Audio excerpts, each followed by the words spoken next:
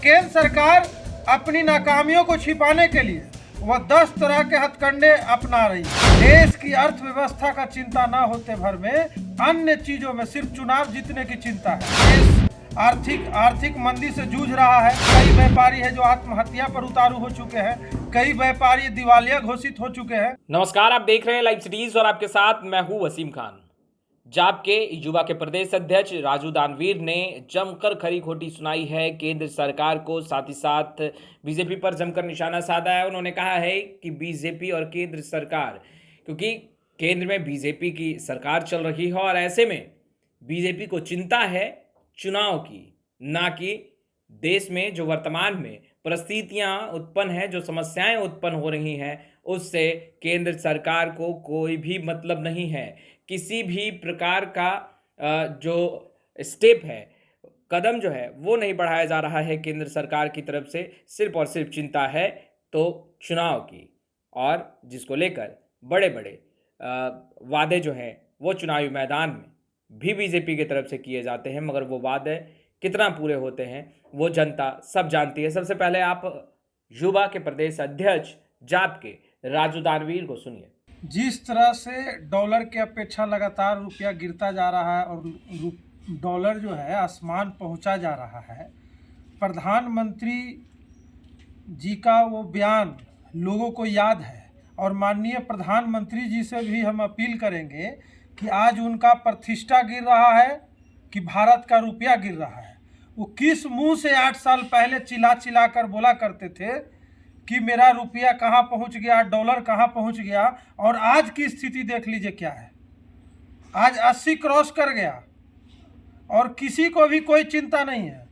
केंद्र सरकार को सिर्फ और सिर्फ देश की अर्थव्यवस्था का चिंता ना होते भर में अन्य चीज़ों में सिर्फ चुनाव जीतने की चिंता है, सरकारी संस्थानों को दुरुपयोग करने की चिंता है, और केंद्र सरकार का कोई काम नहीं रह गया है।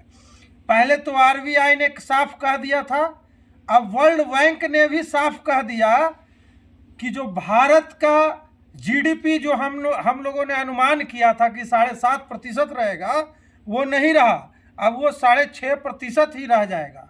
अब सोचिए कि केंद्र का माने भारत का अर्थव्यवस्था कहाँ है और केंद्र सरकार क्या कर रही है।